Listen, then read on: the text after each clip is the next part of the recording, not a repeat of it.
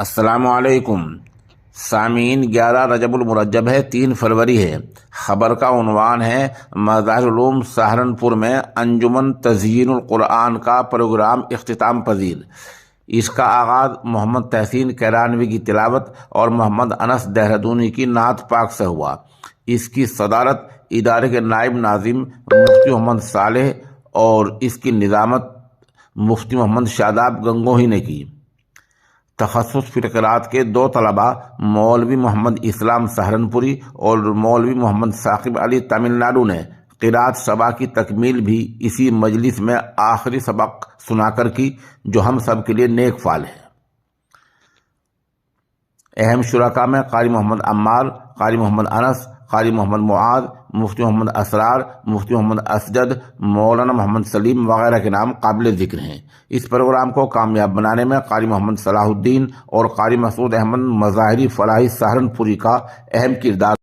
पहले हम मौलवी मोहम्मद साकिब अली तमिलनाडु की तिलावत कलाम पाक पेश कर रहे हैं। ये तिलावत कुरान सबा में से पहले नंबर के इमाम नाफे मदनी के, दूसरे नंबर के रावी इमाम वर्ष रहमतुल्लाह अलैह की रिवायत में की गई है। इसके बाद जिन तलबा ने तिलावत की है उनके भी कुछ नमूने पेश कर रहे हैं। अऊज़ु बिल्लाहि मिनश शैतानिर रजीम। बिस्मिल्लाहिर रहमानिर रहीम।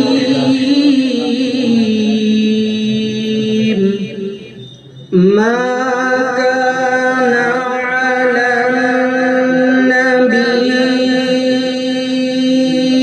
मिन हरजिन फीमा फरदल्लाहु लहु सुन्नतल्लाहि फिल्लज़ीना ख़लौ मिन क़ब्लु वकान अम्रुल्लाहि क़दरन मक़दूरा। الذين يبلغون رسالات الله ويخشونه ولا يخشون أحدا إلا الله وكفى بالله حسيبا।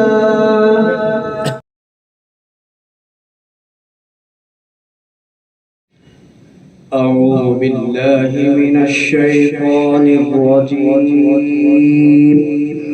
بسم الله الرحمن الرحيم. وسيق الذين اتقوا ربهم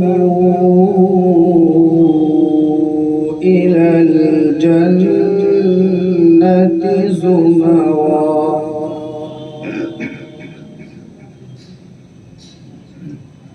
حتى إذا جاءوها وفتحت أبوابها وقال لهم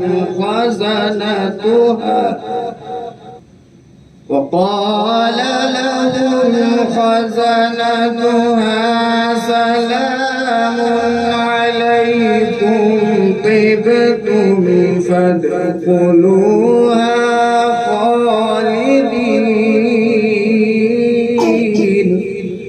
سبح اسم ربك الأعلى الذي خلق فسوى والذي قدر من الشيطان الرجيم. بسم الله الرحمن الرحيم.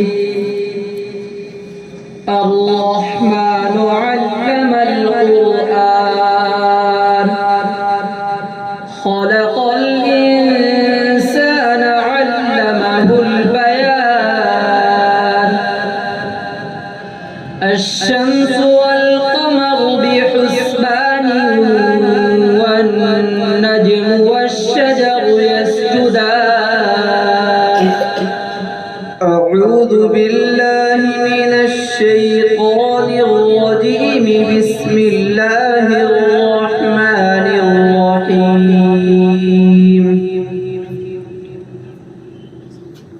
ولقد خلقنا الإنسان ونعلم ما توسوس به نفسه ونحن أقرب إليه من حبل الوريد أعوذ بالله من الشيطان الرجيم بسم الله الرحمن الرحيم ولقد آتيناك سبعا من المثاني والقرآن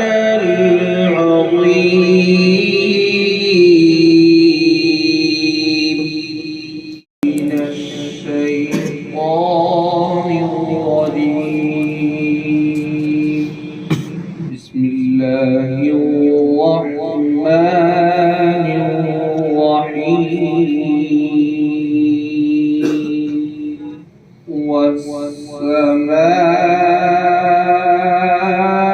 والسماء ذات البروج واليوم الموعود وشاهد ومشهود أعوذ بالله من الشيطان الرجيم بسم الله الرحمن الرحيم ولقد آتينا موسى الكتاب فاختلف فيه ولولا كلمة سبقت من ربك لقضي بينهم